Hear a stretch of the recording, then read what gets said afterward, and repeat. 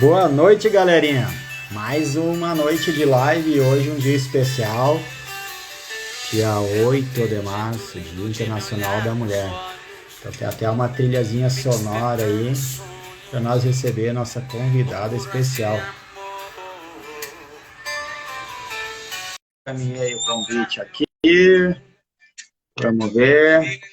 Hoje a internet vai colaborar, né?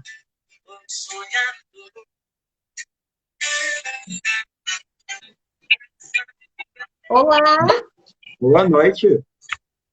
boa Tudo bem? noite. E aí, tá ouvindo a minha trilha sonora aqui ou tá muito baixo? Tô conseguindo escutar que tem música.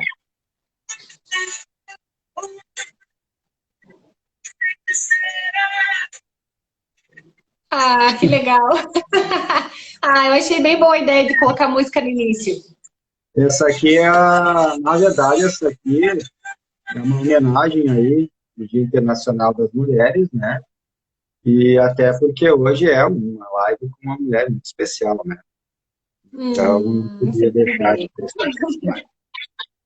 Galera tá entrando aí, né? Já são 7h04, enquanto a galera vai se aproximando. Vamos dar uma compartilhada aí, para quem estiver já nos assistindo, curte, compartilha. Vamos ajudar mais 5, 6, 10 amigos aí a pegar, receber informação de qualidade, né? Então, através dessa simples ação ali de compartilhamento, a gente consegue estar auxiliando outras pessoas, né? Até porque o tema hoje, gerenciamento de crises como estratégia, é a realidade do Brasil todo, né? Se não do mundo, né? Então, vamos compartilhando lá, logo, logo a nossa convidada já se apresenta. Ó, a Lari já entrou aqui. A galera tá entrando. O pessoal ontem me perguntou, né? Ah, vai ter live e tal.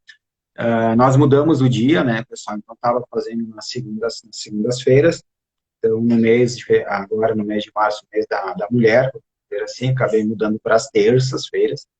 Mas nós vamos estar dando algumas chamadas aí extraordinárias também de vez em quando, né, conforme for a informação, conforme nós tivermos oportunidades, né, de puxar, de trazer mais informação. Semana que vem vai ser na terça-feira também, né? Vamos estar falando sobre os investimentos, sobre a crise nas empresas em Caxias do Sul. Então, temos um convidado bem especial, nosso secretário de Urbanismo, vai estar com a gente aí. E, inclusive, se quem quiser mandar alguma pergunta, já pode ir mandando antecipadamente, que eu vou grifando aqui e depois a gente vai perguntando aí. Antes de Ah, dar que legal. início, Já tem vários amigos entrando aí. O Carlos Espanhol, ele é meu conterrâneo lá de Nonoai. Tem aqui também o João, o Thiago. Que legal, o pessoal prestigiando aí. olha ali a sogrinha, ó. Oi, mãe. A família tem um papel bem importante, pessoal, principalmente nos momentos de crise. Crise é uma palavra que, de 2020 para cá, com a pandemia, ela teve um significado bem potencializado. Mas como hoje é o Dia Internacional da Mulher, né, não podia deixar também de falar um pouquinho, né, para a galera que está entrando, e a live ela acaba ficando gravada. Então, contando um pouquinho, né, da história, né, do porquê o Dia Internacional da Mulher, as primeiras manifestações, galera, aconteceram em 26 de fevereiro de 1909, né, uma passeata com cerca de 15 mil mulheres, né, que protestaram contra o quê? As má condições de trabalho, que na época era mais que precária, né? Em outubro do ano seguinte, em Copenhague, capital da Dinamarca, teve a segunda conferência, né? E no qual foi sugerido uma agenda anual sobre o Dia Internacional da Mulher, ou melhor, o Dia da Mulher. Até o momento não tinha-se uma data, então, estabelecida, né? Em fevereiro de 1911, ó, 2000 aí, 1911, começaram novas manifestações. E no dia 8 de março de 1917, um grupo de operárias saiu para as ruas para protestar contra a fome e a Primeira Guerra Mundial. Repreendidas, e aí vocês imaginem o que é o Repreendidos. O episódio deu origem à Revolução Russa. Mas somente em 1975 a ONU declarou o ano como o Ano Internacional da Mulher. Então, foi a partir deste ano, o 8 de março, se comemora o Dia Internacional da Mulher. E no Brasil, né, a gente sabe de uma história ali que aconteceu no dia 25 de março de 1911, que foi um incêndio na fábrica de tecidos, né, onde tivemos 129 mulheres mortas, né. Porém, esse não foi o principal motivo do dia 8, até porque ele aconteceu depois. Mas, somando todas essas sequências de catástrofes e tudo mais, e como deu para perceber, né, a mulher buscou seu papel, né, desde cedo, sem medo, não sem se preocupar, mas embora tiveram consequências, lutaram. Estavam aí, um ano após um ano. E hoje, bem mais, né? Hoje nós temos aí mulheres empreendedoras, mulheres advogadas, mulheres mães advogadas, mulheres mães médicas, né? Mulheres mães professoras, mulheres e mulheres e mulheres. Então, parabéns a todas as mulheres que estão nos assistindo, né, nesse momento. E agora, sim, agora acho que a nossa palestrante pode se apresentar e a gente dá sequência. Tá certo. Boa noite, pessoal, né? Antes de tudo, feliz dia para todas nós, né? Nós sabemos aí que já temos muitas conquistas, mas temos muitas outras para continuar aí lutando cada uma à sua maneira, né? Seja inspirando outras mulheres, nos espelhando, apoiando, né? Eu acho que isso ainda é uma caminhada que vai por bastante tempo e sempre podendo contar com todas as pessoas que também pensam dessa forma. E hoje, então, né? Para quem não me conhece, eu sou Daniela Feliciano, eu sou advogada e também mediadora de conflitos, seja numa área ou outra. Sou sempre procurada na minha profissão para resolver problemas, né? Nunca ninguém me procura porque tem uma situação boa na sua vida. Mas, né, como o Charles me conhece bem, eu tenho um olhar um pouco diferenciado sobre essas soluções de problemas, né? Daqui a pouquinho a gente vai falar um pouquinho mais sobre a forma do ganha-ganha, né? O pensamento ganha-ganha das negociações, a maneira humanizada de tratar as relações, porque quando se está diante de crises ou de conflitos em geral, normalmente temos pessoas que estão fragilizadas por alguma coisa. Então, quanto melhor conseguirmos pensar estrategicamente para ter menos desgaste, menos prejuízo na solução dessas crises e conflitos, melhor. E na minha profissão, tanto na advocacia quanto na mediação, que nada mais é que uma negociação ali especializada, é isso que a gente pensa, pensar de uma maneira estratégica, usando as ferramentas adequadas, né? Hoje aqui o foco no lado empresarial é realmente tentar mostrar diversas alternativas possíveis nesses momentos delicados de crise que tanto estresse geram, ainda mais nesse quadro econômico que nós estamos vivendo desde que a pandemia começou, que só se agravou, né? Nós já estávamos aí com situações delicadas que agora só não atenuaram, né? Elas simplesmente se intensificaram devido a tudo que aconteceu desde que a pandemia começou. Então, vamos lá, vamos falar de assuntos delicados, mas tentando trazer aí soluções, né? Não só apontar os problemas. Bota delicado, né? Se nós puxar 2020, foi em abril, se não me falha a memória, foi em meados de abril, ali, mas vamos botar o marco temporal 2020. 2020 para 2021, nós tivemos 1.400.000 empresas fechadas, que fecharam por diversos motivos, né? Acabei não puxando os indicadores aqui de Caxias do Sul, mas se alguém quiser contribuir, né, pode postar aqui na comentários, vamos passar via WhatsApp. Semana que vem o foco vai ser Caxias, tá, galera? Então, semana que vem é um momento de nós convidar outras pessoas, outros colegas, porque a situação que Caxias do Sul está vivendo, pelo menos a mim, me preocupa muito. Empresas saindo da cidade, buscando subsídios fiscais, empresas que fecharam aqui estão reabrindo em outros lugares, e não só em outros estados, mas sim até cidades próximas. Então, semana que vem, nós vamos estar estendendo a questão da crise, né? Porém mais focada na parte regional. Porém, de 2020 para 2021, tivemos quase 4 milhões de empresas abertas, então novos postos de empregos, né? E então o que acontece? A empresa que já estava passando um pouquinho de dificuldade, né? Por natureza, metade dos empreendedores morre no primeiro ano, né? E dessa metade, 25% no outro segundo ano aí. Então, o empreendedor, né, de uma maneira geral, tem um percentual muito baixo, ou melhor, bem baixo, né, de pessoas que conseguem prosperar. Nós vamos estar falando durante a live aqui, mas um dos motivos que a gente já pode elencar é a falta de instrução, né? A falta de... Hoje, por exemplo, no fundamental ou no médio, a menos que eu esteja muito desinformado, não tem ainda aula de empreendedorismo, de economia ou de política. Então, nós temos dois problemas. Um, não estamos preparando os nossos empreendedores.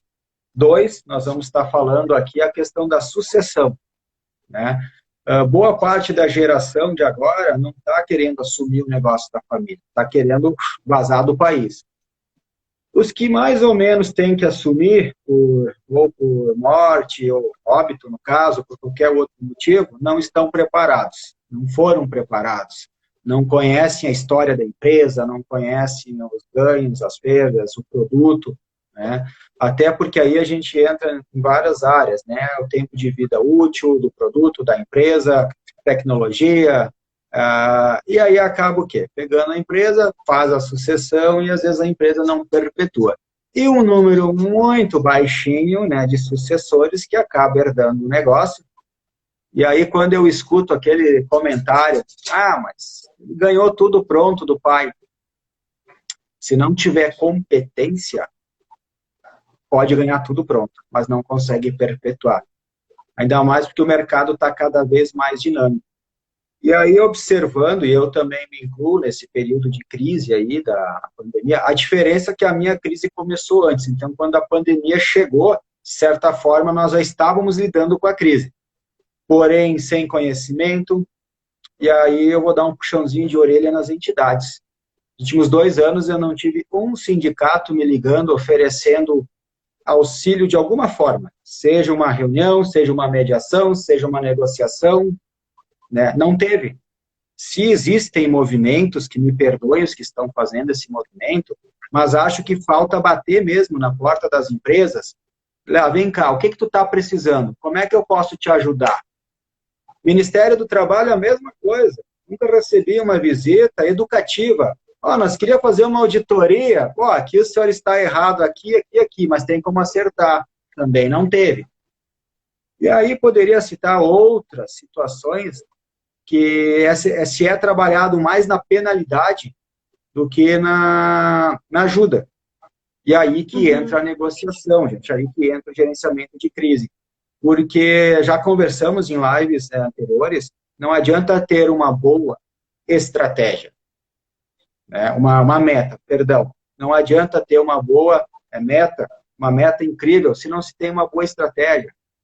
Um exemplo, eu vou daqui a Porto Alegre, preciso fazer 1h20. Ok, qual o melhor caminho, qual o melhor horário? Tem fluxo de trânsito? Não tem. Tem o combustível? Não tem. Se furar um pneu, o que eu faço? Isso é um gerenciamento de crise. E aí, tenho muitos e muitos amigos aí, empresários, que passaram pela mesma coisa. Se alguém se sentir à vontade, dá um toque aí que eu vou incluir na live. Acho que hoje é um momento de nós trocar figurinha mesmo, tá? E aí, então, a Dani teve um papel fundamental que, em alguns momentos, vendo os cases acontecendo ali, ela acabou pegando algumas negociações ou alguns eventos, nos instruindo, nos orientando. Por quê, pessoal? Quando o foco é resolver, é diferente. É a diferença de confronto e conflito, né? A Dani vai poder falar um pouquinho mais. Mas se a pessoa que está passando crise quer resolver, e a pessoa que está do outro lado também quer resolver, o que falta aí? E aí é onde a Dani entra. Dani, fica à vontade para comentar, eu vou fazendo algumas inserções, vou te perguntando, Vamos falar de alguns cases reais, ou melhor, todos os cases são reais, só não vai citar nomes, mas todos, de alguma forma, foram trabalhados, seja uma negociação com o fornecedor, seja uma negociação com o banco, até porque, assim, galerinha, quando existe a crise na empresa, né, é diferente de quando a empresa está bombando. Quando está bombando, é gente querendo vender, é fornecedor querendo te atender, é prestação de serviço, é consultoria disso, consultoria daquele outro.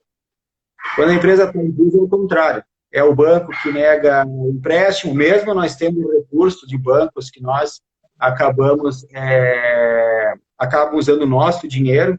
Não, vem cá, tu não tem condições. E ao contrário, é no momento que a gente precisa que deveria ter esse amparo. Então, nesses momentos é bem complicado e aí nós contamos com algumas ferramentas que pode ser a negociação, a mediação, por aí vai. Fica à vontade aí, Dani, para brilhar.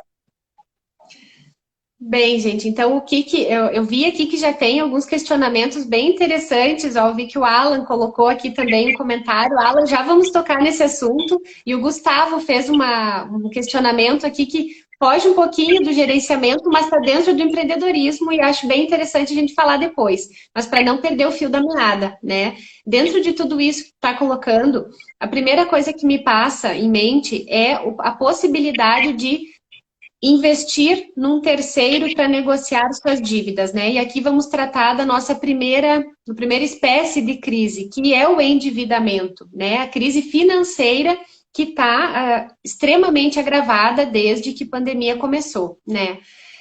O que a gente nota na prática, né? Tanto na mediação quanto na advocacia. Agora pensando de uma maneira mais rotineira mesmo. O empresário, né, e empreendedores em geral, o que precisam fazer? Administrar, gerenciar, cuidar do RH, pensar no marketing, pensar em compras, pensar em vendas, pensar em lucro, em contratações. E aí, isso num contexto normal. Então, imagina quando nós temos uma situação que agrava essa situação, que é o endividamento, né? Aí nós temos credores vindo de todos os lados, que estão também, talvez, passando por dificuldades, né? Se forem pessoas jurídicas menores, né? A gente entra em outro contexto quando for falar em bancos e outras instituições financeiras, mas eles estão interessados em receber. Então, já fica um pouco mais delicado. Mas quando estamos falando principalmente em fornecedores, né? Que também são outras pessoas jurídicas que estão precisando desses créditos, né? Que estão na rua, digamos assim, acaba gerando tanto uma questão emocional de quem deve, quanto a questão emocional de quem tem a receber. O terceiro contratado, seja um advogado, enfim, uma pessoa que seja contratada para fazer essa negociação sem estar envolvida no negócio, acaba tendo uma visão muito mais objetiva sobre o contexto todo, né? Eu trabalho na questão empresarial e também trabalho na questão familiar, né? Que é algo muito importante a se ter um olhar humanizado. O terceiro de fora não vai ter os sentimentos, é a mesma coisa. Todo empresário abre uma empresa porque tem um amor por aquele negócio. Então, ele tem um interesse, sim, que ele continue bem, né? E quando vem essas questões, as dificuldades financeiras, que tudo começa a ficar mais delicado, né? Acaba prejudicando bastante isso. Então, tá lá no teu dia a dia, quando vê, toca o telefone, né? Ou tá lá no teu dia a dia, numa situação mais agravante, já vem um oficial de justiça na tua empresa. Isso é extremamente desgastante, sem contar que gera uma certa vergonha também, né? A gente sabe que isso acontece, acompanhando os trabalhos que nós fazemos aqui.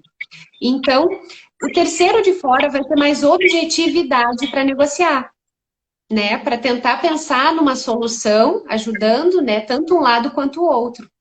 E isso já é um facilitador gigantesco, porque vai tratar de forma objetiva, sem se exaltar, sem se estressar, sem se entristecer com a situação que está passando. Óbvio que vai dar o seu melhor, mas não vai ter emoção naquela negociação, né? Então, esse é o ponto principal que eu acredito que faça muita diferença em ir atrás de um negociador especializado. E aqui eu uso o termo genérico, seja ele um advogado, uma advogada para intermediar essa negociação, se já tem um processo judicial ou não tem.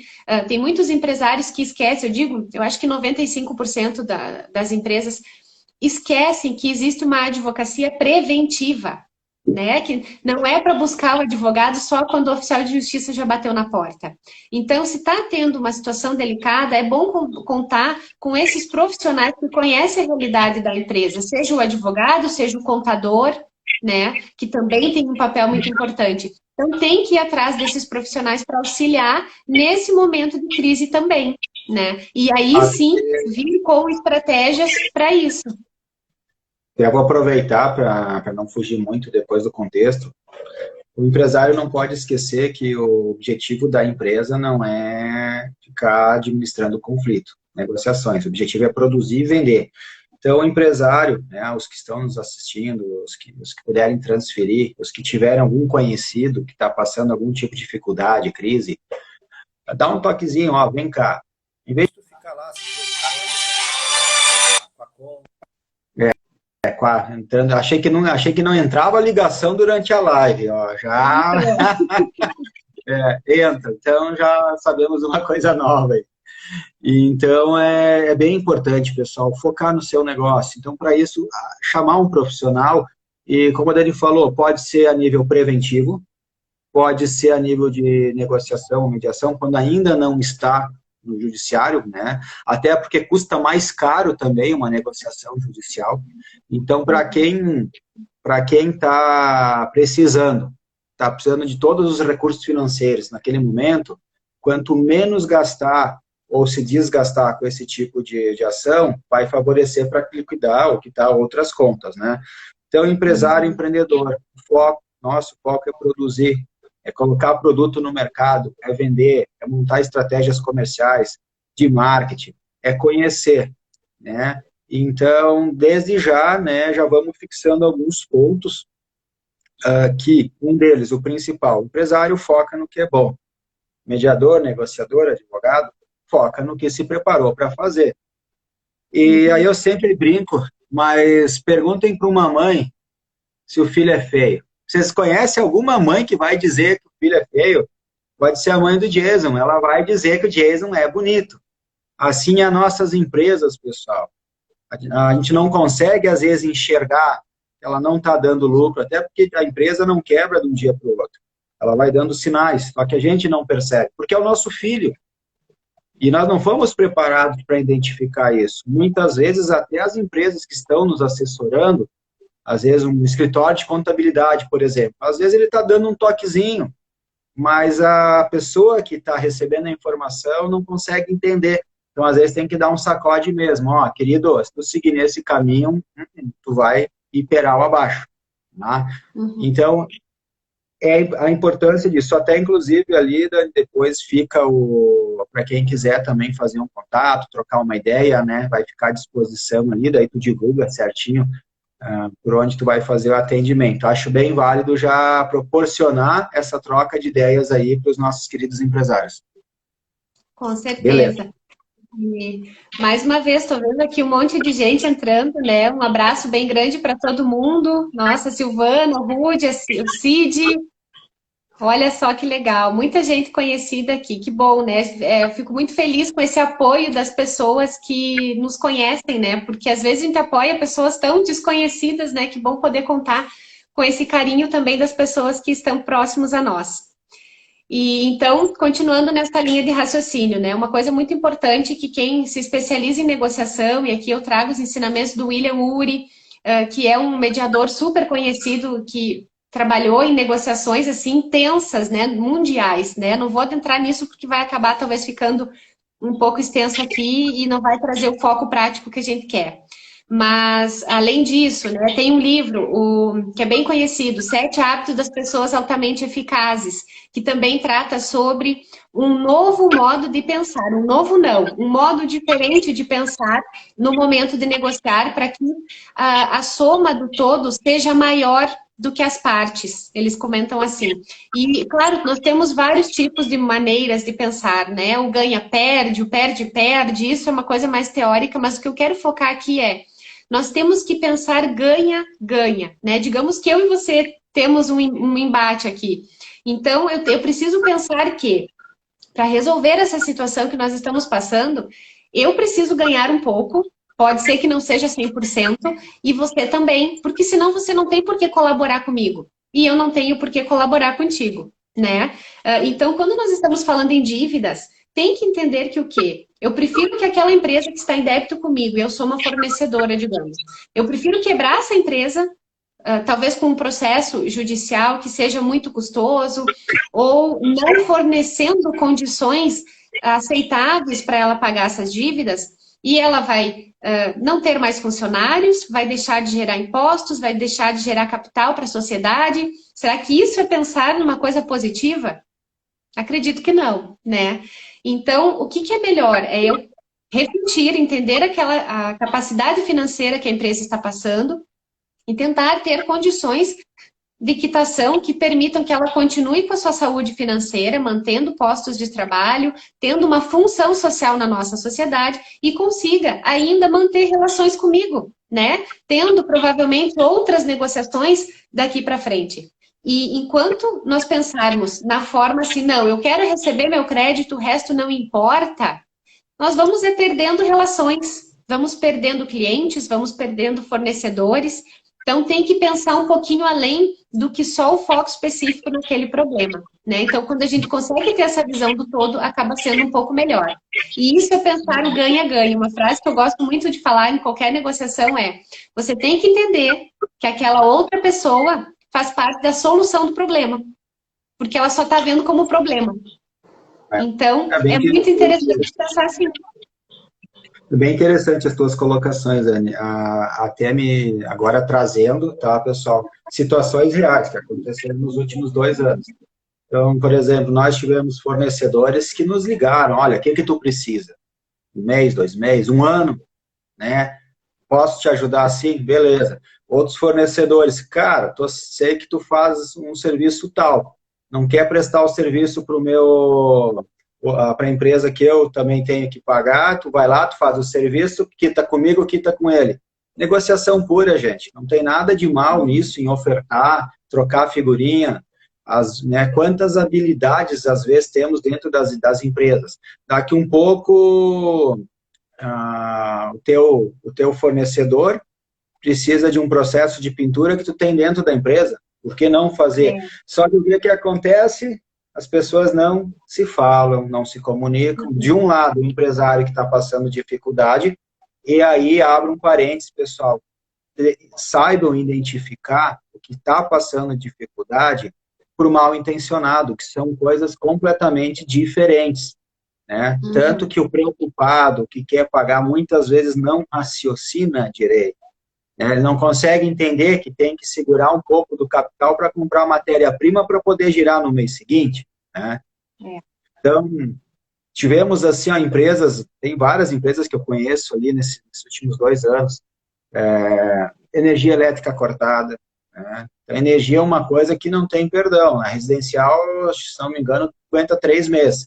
A empresa é 15 dias, gente. Depois corta, eles vão lá e cortam mesmo. Aí tu paga para ligar de novo, tu paga para isso, paga para aquele outro, né? Além de nós pagar uma carga tributária do caramba, vou trazer isso também para a live. Vou começar a pegar as contas principais, quanto é de CM, quanto é de PI, quanto é disso, quanto é daquele outro. Aí eu acho que vale até a pena, já vou estender o convite. 2 convites. Depois eu vou reforçar. Um contador, que eu acho que seria interessante nós estar conversando, que daí eles vão ter propriedade para falar da carga tributária que as empresas enfrentam. E abre mais um parênteses, né? Às vezes a comunidade nem sabe, mas o governo, além de cobrar, ainda transfere as suas responsabilidades para as empresas, para os empresários, para os empreendedores. Então, empreendedor, quando você decide montar uma empresa, na verdade, você está adotando toda a equipe que vai trabalhar contigo. Porque a gente paga para ter transporte público e não tem. Não tem de adequado. Até em Caxias tem muitas coisas que funcionam bem, tá? Mas não tem para todo mundo, né? Segurança não tem para todo mundo, né? Vai dar uma volta ali nos parques, aí é mato crescendo, é falta da guarda municipal fazendo ronda. Depois que já deu o sinistro, não adianta ir lá fazer registro de ocorrência, tá? Então, é muita coisa que o empresário acaba absorvendo. É treinamento, é isso, é manter o funcionário motivado e por aí vai. Então, por que eu estou comentando tudo isso, gente? Porque isso está nos bastidores. A gente vê o empresário, às vezes, ali, descendo do carro, indo até o posto de trabalho, né, o posto de comando, mas não vê que ele acorda de madrugada, não vê que ele faz conta, não vê que após pagar a folha de pagamento já está se preocupando com a próxima. Quando chega em meados do mês de junho ali, já começa a pensar no 10º, férias, né? E tudo isso faz parte, influencia nas negociações, né? Então, esse é um dos aspectos que eu achei bem interessante, que tu citaste aí, que engloba tudo isso que eu acabei de narrar. Os empresários que estão nos assistindo ali, se quiserem, né, colocar comentários, eu esqueci de muitas coisas que o empresário acaba passando, tá? Mas podem ficar à vontade para contribuir aí. Eu acho que todo esse contexto, ele faz parte, né? Tudo diz respeito, né? Quem quer estar na sociedade tendo uma empresa tem que conhecer o que acontece no seu entorno e, de alguma forma, contribuir, né? Já está contribuindo quando está gerando emprego, né? Isso é algo importante. E as pessoas que trabalham nas empresas também têm que se sentir pertencentes àquele negócio, né? E aí, tudo isso pode ser causadores de crise, né? Ainda com relação à questão das dificuldades financeiras e endividamento, né? Eu gosto de frisar sempre a visão agora jurídica também um pouco, né? Eu trabalho muito para credores, aí tem uma gama grande de processos nesse contexto. E o que acaba acontecendo? Eu sei todo o caminho, né, para tentar realmente receber esses valores quando a única alternativa é um processo judicial.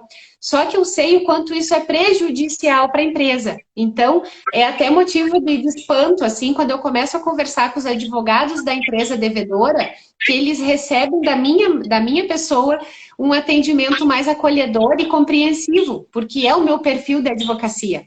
E eu entendo que o papel daquela empresa na sociedade é muito grande. Então, eu não tenho interesse nenhum em fazer uma negociação que ele não consiga pagar, ou que vai ter que deixar de pagar algo importante para a sobrevivência da empresa para poder fazer o pagamento dessa dívida. Então, sim, a gente aceita muitas formas de negociação que com um bom diálogo se consegue. E eu tenho a grata satisfação de dizer que sim, eu fecho muitos acordos por causa dessa especialidade na negociação e na comunicação.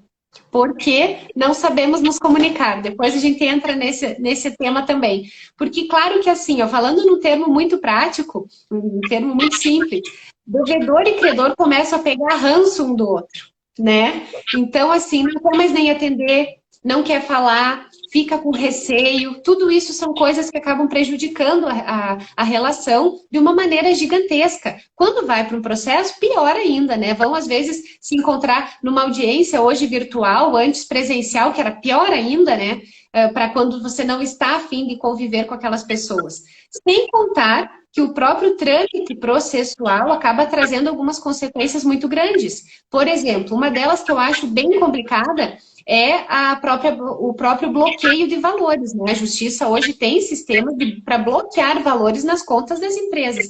Então, de repente, é dia 25 de março e daqui a pouco vai ter folha de pagamento e a Justiça, nesse contexto, acionou o sistema do Sisbajude para fazer uma penhora de valores. Todo o valor que era para fazer pagamento de folha de funcionário acaba retido. E aí tem que acionar o advogado, com medida de urgência, provar que aquilo ia ser utilizado para folha de pagamento para ver se o juiz vai aceitar essa liberação. Já vi casos que não. Eu já vi, num caso de um processo meu, o débito da empresa era 200 mil reais, mas como o Sisbajude, ele aciona o sistema em todas as instituições financeiras que têm o convênio, o valor bloqueado foi de 800 mil na conta da empresa. Tem noção do que é isso? O quanto pode ter prejudicado até que a justiça faça a liberação desse valor? Não pôde pagar fornecedor, não pôde pagar funcionário, gerou consequências terríveis. E talvez não consiga liberar. Se tivesse feito uma negociação, já que é um débito certo, né, acaba evitando todo esse contexto, né? Sem contar ainda em penhora de bens, penhora de veículos, de imóveis, todo o transtorno. A Justiça do Trabalho é mais delicado ainda porque para ter o direcionamento do débito para a pessoa física, o proprietário da empresa, é facílimo. Então aí os bens do sócio da empresa, dos proprietários, começam de procura, né? É que aí eu vou palpitar. A Justiça do Trabalho, primeiro ela bate, depois ela pergunta, né? Então fica muito Não vamos fácil, entrar né? muito nesse mérito, porque é Não, polêmico, mas né? eu Aí a gente já posso vai entrar, eu partir. sei bem que eu posso, posso falar por mim e pelos outros empresários, né? É, tem sindicalistas aí que gostam de fechar a porta de empresa, mas nunca montaram nada. Eu quero ver eles montar um negócio e depois ir lá fazer prosperar, pagar em dia, fazer contabilidade. Não é bem assim. Eu acho que a própria justiça, o símbolo da justiça não é uma balança, ela deveria ter pesos e medidas igual, gente. Não é porque tem um reclamante lá que está certo. Né? Fora quando as pessoas vão lá e colocam que fizeram 1 milhão de coisas. Cara, eu recontrato. Se o cara faz tudo isso que ele está dizendo que faz, vamos recontratar. Então é um puxãozinho sim de orelha a Justiça do Trabalho. Se vocês nos ajudassem mais, ou antes de bater, perguntassem, tentassem entender, seria bem mais fácil, tá? Imagine só, uma reflexão bem simples. Quebrou todas as empresas de Caxias, o que, que vai acontecer? Todas fecharam. O que, que sobra? Chegou a travar aqui o Insta, gente. Meu Deus do céu. É a Justiça do Trabalho aí me interditando. É energia Não, aí, ó. vamos lá, não precisa ser todas, então. Vamos botar metade das empresas de Caxias fecham, né? Aí vai ter o quê? Se metade fechou, a outra metade vai diminuir porque não tem combustível, porque o pessoal que não está recebendo vai andar menos, vai comprar menos, vai comer menos. Então, gente, acho que fechar a empresa, interditar a empresa, deveria ser a última das opções. Aí vai ter aquele que vai ali, né, mas tem empresa que é falcatrua. Sim, tem empresa que é falcatrua, e a essa se aplica a justiça. Né? Agora, tem muita empresa boa que fez uma gestão ruim, que foi vítima, talvez, da pandemia, ou seja, outras situações, que hoje o empresário brasileiro, caxiense, ele não concorda só com a empresa do lado, ele concorda com a empresa chinesa, com a empresa da Alemanha, com a empresa de qualquer outro país. E aí é muito fácil, às vezes, a gente pegar e contextualizar, não, mas temos que dar apoio, né, para a empresa local.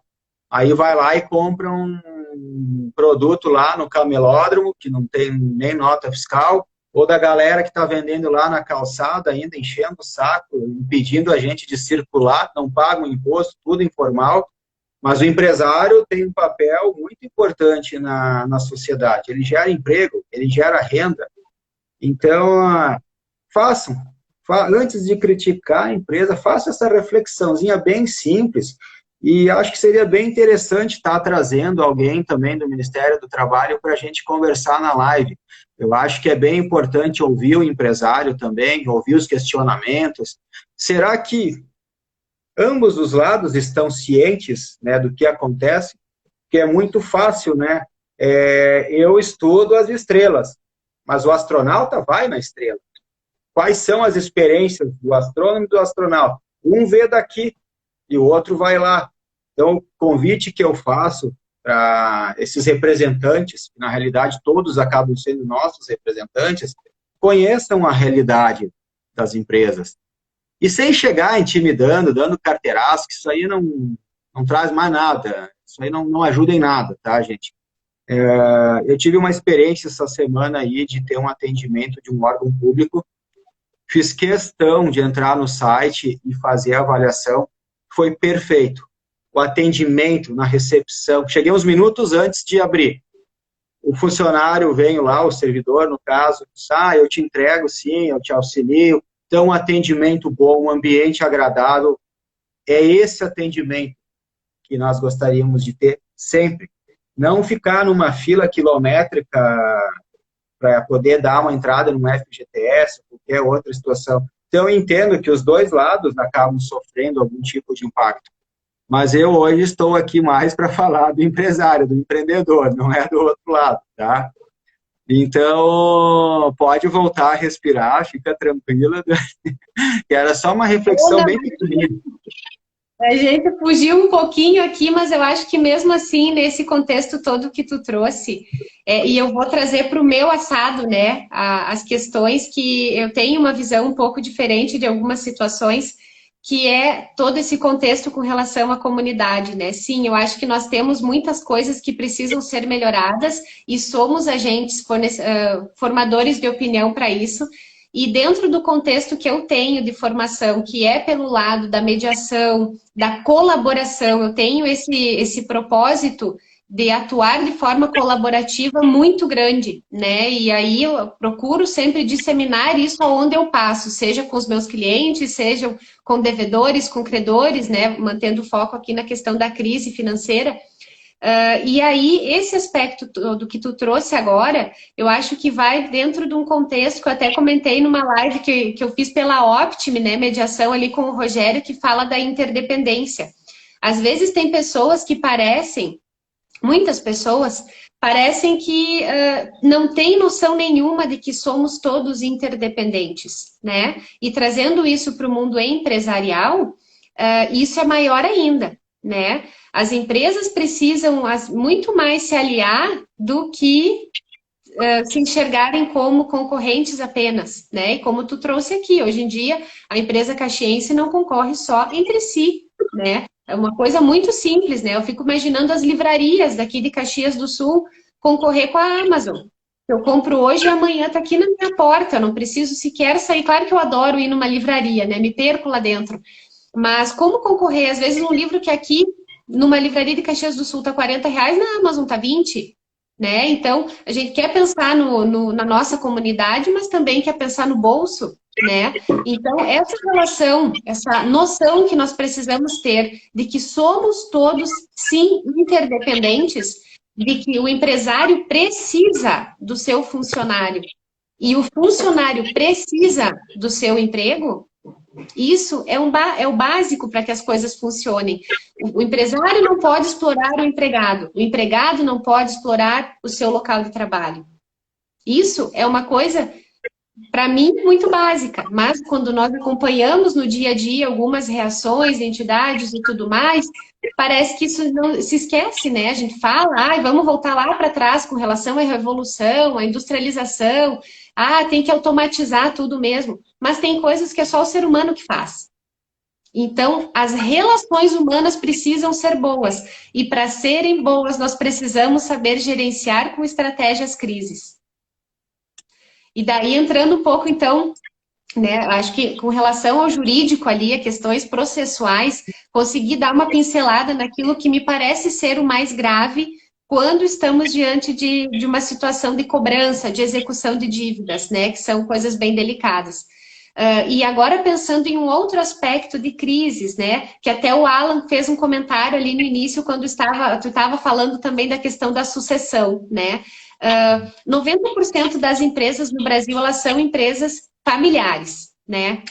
Então, dentro de uma empresa familiar, diversos são os conflitos que aparecem no nosso dia a dia. Seja a diferença de pensamento, né? Quando nós já estamos pensando na sucessão, como você trouxe, aonde quem normalmente, né, o sucessor, ou que está tentando ali assumir a empresa depois já, né, do outro que está tentando se aposentar, né? Vamos pensar no pai que fundou, no filho que vai ser o sucessor. O pai tem uma determinada forma de pensar, a empresa sempre funcionou bem daquele jeito. Aí o filho se forma num método de ensino diferente, inovador, quer vir para dentro da empresa e trazer essas inovações. Já começa a ter algumas divergências só no fato de ter esse alinhamento, né? Não, olha, isso sempre foi assim e deu certo. Mas agora temos essa outra forma. Será que podemos tentar? E aí já começa a dar choque, né, de ideias e tudo mais. E aí que entra um auxílio de um terceiro, talvez, né? Para tentar auxiliar nessa maneira, seja um consultor, um assessor especialista, para daí ter uma opinião de fora, para não começar a ter conflitos ainda maiores, como de fato acontecem, de às vezes o filho nem querer assumir a empresa por causa dos litígios que tem. Eu acompanhei uma vez um escritório de advocacia super bem sucedido, aonde o filho não ia assumir porque não conseguia conviver com o pai porque nada aceitava. Né? Então, não o escritório de advocacia não deixa de ser uma forma de uma empresa também. né? Então, essas divergências são bem complicadas. Essa questão da sucessão que nós trouxemos é um assunto que eu quero tratar na live também. Chegar algum especialista, enfim. Mas na parte de treinamentos, enfrento bastante isso também. As pessoas querem mudança sem mudar nada. Ah, nós queremos aumentar o faturamento, nós queremos melhorar a performance da máquina, nós queremos isso, queremos aquele outro, mas não pode mexer em nada. Aí não tem condições. É loucura a gente querer resultado diferente fazendo a mesma coisa. Na parte de empresas, né, o que eu percebo ali, aí é uma percepção minha. Nos últimos 2 anos acompanhei muitos empresários, até porque eu fui a campo mesmo, tá? E isso eu vou estar relatando posteriormente, esse ano ainda, para a galerinha que vai começar a empreender, as experiências que eu tive buscando essas informações a campo. Então, nós temos empresários com mais idade que têm um pensamento jovem, temos jovens empresários com pensamentos mais velhos.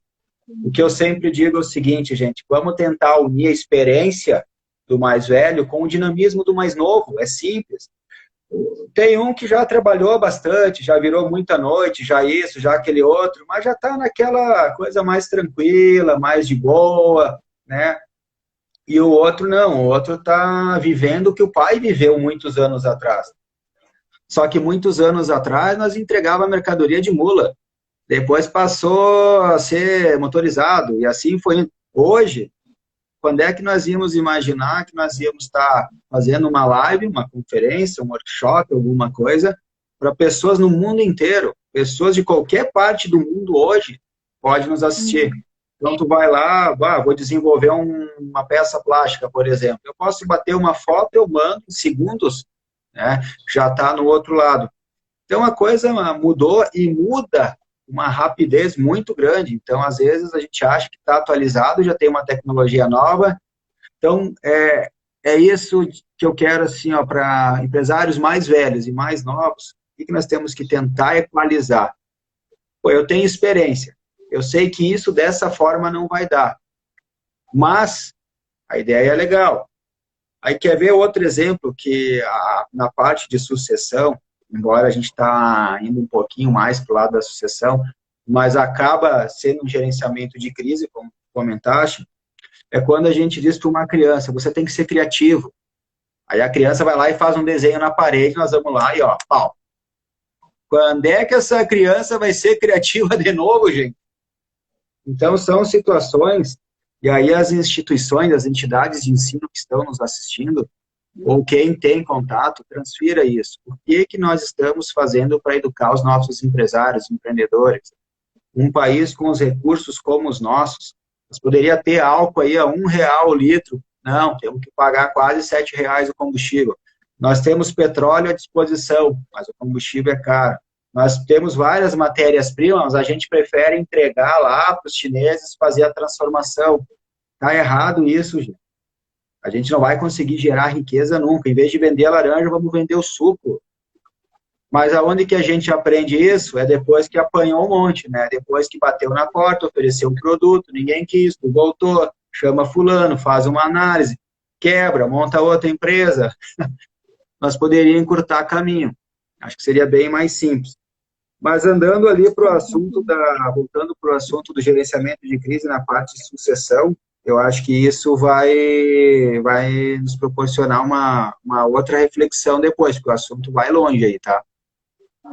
Com certeza. Eu estava lembrando aqui também de algumas outras ferramentas que estão disponíveis, né? E talvez quem está nos assistindo não conheça, né? Nós temos aí uma ferramenta, até tem profissionais parceiras que fazem, que é o compliance, né? Que é uma organização geral da empresa em vários aspectos. Tem profissionais especializados nisso, que vão também conseguir, de alguma maneira, prevenir e outras remediar possíveis conflitos, crises e problemas que aconteçam, né? A governança corporativa, nós temos aqui em Caxias também profissionais maravilhosas que atuam nesse contexto, que também fazem como se fosse todo um planejamento, inclusive quando tiver caso de sucessão, como é que ele vai acontecer, né? Ou numa sociedade, digamos que tem aí uns 4, 5 sócios na família empresária, que era o que a gente estava comentando, como é que vai se dar a opinião de cada um, a influência a interferência de cada um no gerenciamento da empresa. E nas famílias empresárias, é uma situação peculiar que às vezes a gente visualiza, que é, por exemplo, assim, um dos sócios casa. E aí começa a ter interferência do genro ou da nora naquela administração da empresa. Começa a gerar diversos conflitos porque tem uma visão diferente. E eu gosto de trazer esse foco de que como é difícil para todo mundo aceitar o que é diferente, que é o que tu estavas falando também, né? De tentar realmente resgatar o que é importante de quem já tem uma experiência e pegar o olhar inovador de quem está começando agora, mas é a falta de respeito ao diferente ou achar que sabe tudo, muitas vezes, que acaba atrapalhando tudo isso. E no nosso contexto das mediações e negociações no mundo da advocacia, a gente percebe que quanto melhor for apurada a nossa escuta para entender o viés do outro e estar disposto a dar esse voto de confiança de que o outro também pode ter uma boa ideia, né, que veio da sua criatividade. Essa questão de estimular a criatividade que tu trouxe, na mediação nós temos uma ferramenta que é o brainstorming, né? Que isso também startups faz muito. É a chuva de ideias para tentar resolver um problema. Então, é outra ferramenta para trazer diante desse problema aqui. Vamos convocar uma reunião aqui nessa empresa e cada um vai sugerir uma solução, né? Isso é pensar de maneira estratégica na hora de resolver os problemas.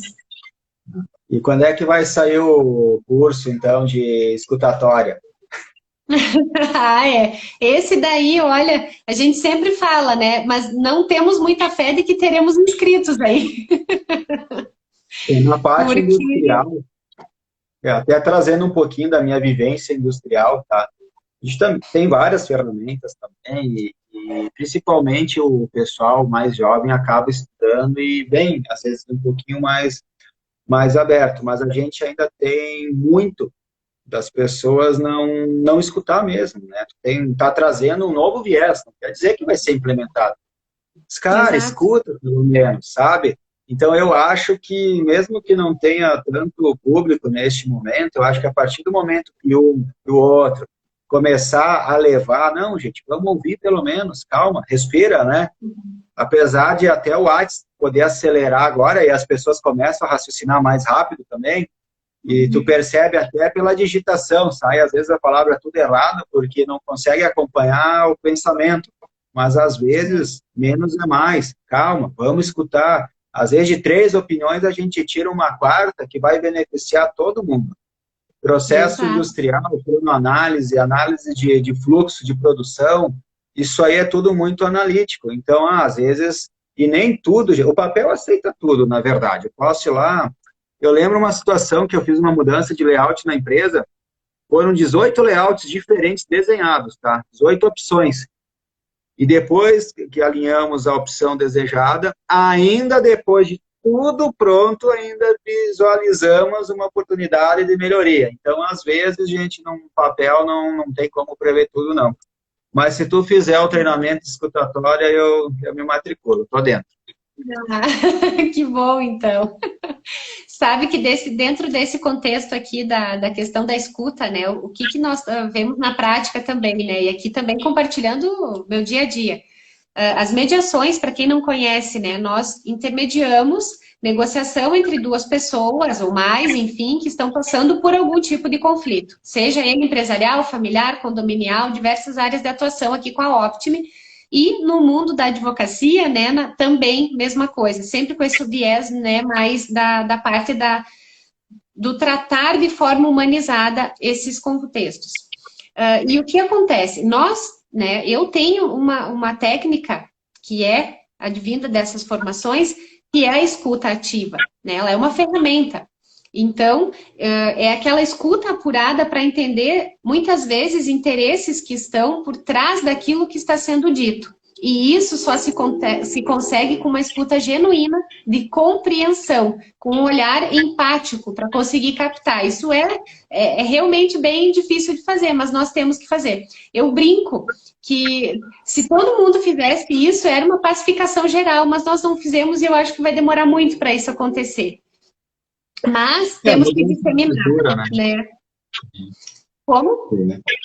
É uma mudança de cultura, né? Então, Mudança de como cultura. eu sempre digo, às vezes, talvez eu, na minha geração, não vá conseguir ver essa cultura implementada, mas todo comportamento existente hoje, né, começou algum dia.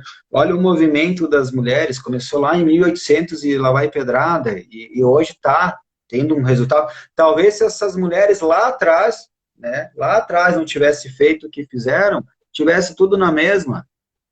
Como é que a gente vai Uhum. saber, né? Então, as pessoas têm que, sim, contar a sua história, contribuir com o vizinho, ter um olhar mais acolhedor, como tu fala, né? E ouvir a história do outro também, né? Ouvir a história do outro, isso é muito importante, porque contar a sua história, todo mundo adora contar, todo mundo adora falar. Quantas vezes, né? Isso é um exercício que a gente faz sempre nos nossos treinamentos. Você começa a escutar a história do outro, ou você vai aconselhar, ou você vai comparar com uma situação parecida que você passou, ou você vai contar uma história mais triste do que aquela que ele está passando, né? Você, enfim, você está contando segundos para aquela pessoa parar de falar para você poder responder, né? Então a gente não Sim. tem, é muito treino, né? Trazendo o livro ali de novo dos 7 hábitos das pessoas altamente eficazes, ele faz um questionamento: quantos anos da tua vida você dedicou a aprender a falar desde que você nasceu? São vários, né? Até a gente conseguir se comunicar bem. Quantos anos da sua vida você se dedicou à alfabetização para saber escrever e ler? Isso é muito tempo, né? Fica anos e anos aí. Mas quanto tempo você dedicou para aprender a ouvir? E isso a gente não faz, né? Só quando vai aí para a área da mediação mesmo. E aí o viés que eu queria trazer nesse contexto, que eu acho bem importante para o mundo empresarial, é ouvir os empregados, ouvir a equipe, ouvir a direção. Né? Isso gera pertencimento maior. Eu fiz um post esses dias falando sobre a principal ferramenta que eu acho que é a escuta. Ela é capaz de gerar uma relação de confiança tão grande entre a equipe, que isso gera inclusive pertencimento. E quando eu tenho esse sentimento de pertencimento para qualquer coisa, a minha colaboração é muito maior. Então, isso dentro da empresa, hoje em dia, se fala muito até das novas gerações, é muito necessário esse senso de pertencimento, porque senão não vai para frente, vai procurar outro trabalho, né? Então, a escuta também propicia esse sentimento de pertencimento, porque eu colaboro para aquilo de uma maneira significativa, né? E muitas vezes, dependendo o local onde se trabalha, talvez o supervisor, o líder do setor, alguma coisa assim, não está disposto a ouvir o que o empregado vai trazer e vice-versa, né? Ah, se o líder começa a falar, o empregado, né, o funcionário o subordinado, já liga defensiva e nem escuta mais. E aí começam, sim, crises internas que podem trazer diversos problemas para o dia a dia da empresa, até queda de produção, né? Sim, sim. É, aí entra aquela questão, né? É muito diferente ser proativo de ser reativo. É algo que a maioria das pessoas acabam sendo reativas. Então, tem uma breve diferença ali. Então, contextualizando, né, de uma maneira geral, o gerenciamento de crise na empresa, o que nós percebemos? Ter um mediador, uma pessoa imparcial, que não está ligada emocionalmente ao projeto é importante. Separar as ferramentas disponíveis, entender, né, se é dificuldade ou não, enfim, para aí juntos montar um plano, planejamento estratégico, seja ele, gente, se vai ser para 1 ano, para 2 anos, para 3 anos, né, não importa, o importante é enxergar lá. Por quê? Matar a empresa não vai potencializar a resolução dos problemas, bem pelo contrário, né? Uhum. Você vai estar decretando que nunca mais vai conseguir resolver aquilo, né? Então, são algumas ferramentas, algumas oportunidades aí, né, trazendo hoje para o empresariado, né? A gente deu para ver pelos indicadores que não é a realidade, esses últimos 2 anos, negócio, cresceu 19%, sim, mas caiu 40%, então não teve crescimento ainda, na verdade a gente está estagnado, né? E talvez, se tivesse a intermediação, tivesse um negociador, muitas empresas poderiam estar operando hoje, né? Quem Uhum. sabe? Luana, Dani, nós estamos indo para a reta final, tá? Então, gostaria que passasse a tua mensagem, Ficou vários cases que nós tínhamos conversado para falar, mas o assunto ele é amplo, é delicado, né? Ele envolve mais do que as paredes da empresa, né? Até vou pesquisar se tem, se não tem, vamos providenciar um fluxograma empresarial, mas tirando ele da empresa, até onde ele chega, né? Então, importante. Acho que é bem interessante. Ou fica a dica aí para o Sebrae daqui a pouco, é uma entidade boa, bacana, daqui a pouco pode estar providenciando por lá mesmo, e com participação dos empresários também, né? Por que não? Então, dá a tua mensagem final aí para nós. Olha, eu acho que o que dá para trazer de resumo, assim, é essa importância de realmente ter o empresário poder manter o foco na sua empresa, né? Fazer render, fazer lucrar, gerar emprego, gerar essa função importantíssima na sociedade que ela tem. E quando se defrontar com essas crises, lembrar que tem profissionais que estão aí para auxiliar com diversas hipóteses possíveis para facilitar, né? Às vezes o pessoal pensa até na questão do investimento, mas eu vou ter que gastar com isso. Muitas vezes essa prevenção acaba evitando muitos outros prejuízos e gastos com o remédio depois. É aquela máxima de sempre, né? É melhor prevenir do que remediar aqui também, né? Então, acho que isso é bem importante. E, claro, né, gente, realmente é muito assunto, muita coisa. Alan, que bom que tu ficou aqui conosco até o final. Obrigada. E vamos lá, né? Contem conosco, os contatos vão ficar aqui disponíveis também, no perfil do Charles está ali marcado também, para os conhecidos dele, do meu também tem o perfil do Charles ali disponível. Acho que ficou uma pergunta ali em comentário, foi bem no início, se eu não me engano foi Bruno que falou, que vai fechar também refletindo sobre as mulheres, né? Ele comentou alguma coisa, não vou conseguir buscar aqui agora, falando da questão da insegurança de muitas mulheres ainda em empreender, né? E isso está sendo foco de conversa com diversas amigas minhas ultimamente, falando a respeito dessa questão do feminino, que nós temos ainda muita coisa interna a resolver. Isso é uma opinião particular minha, né, gente? Vou falar assim, do que me parece verdadeiro. As mulheres ainda dependem muito da opinião alheia e não confiam em si mesmas. E isso é uma questão de autoestima e autoconfiança que algumas mulheres possuem, né? Mas nós temos casos incríveis, maravilhosos de mulheres e de uma quantidade absurda de empreendedoras, né? Eu acompanho muitas mães que empreendem depois da maternidade, porque quando vão voltar para as empresas que trabalhavam, não são mais aceitas ou já estão com a sua demissão encaminhada, né? E aí tem muitas mães que se tornam empreendedoras por causa disso. Tem que se reinventar, ou algumas outras por opção, para justamente poder ter mais tempo com seus filhos, né? Mas, assim, ainda existe essa questão do talvez ter um certo receio de empreender, mas eu acredito que é um movimento que está ganhando cada vez mais força. Até vou buscar essa informação depois, quais são os números das mulheres empreendedoras, porque deve ser muito alto, né? Acho que é bacana, Bruna, muito sim, obrigada. Busca essas informações e quem sabe a gente pode estar convidando outras empreendedoras também, né, para esse bate-papo aí, né? Eu acho que a gente pode estar fazendo um workshop mesmo, né? O foco é o quê? Empreendedorismo feminino, enfim, né? Aí a gente decide bem, mas trazer outras empresárias, né? Para nós estar conversando, ver as dificuldades, se os problemas são os mesmos, né? O que muda? O que poderia melhorar? Como é que a sociedade pode contribuir? Como é que o governo pode estar contribuindo também?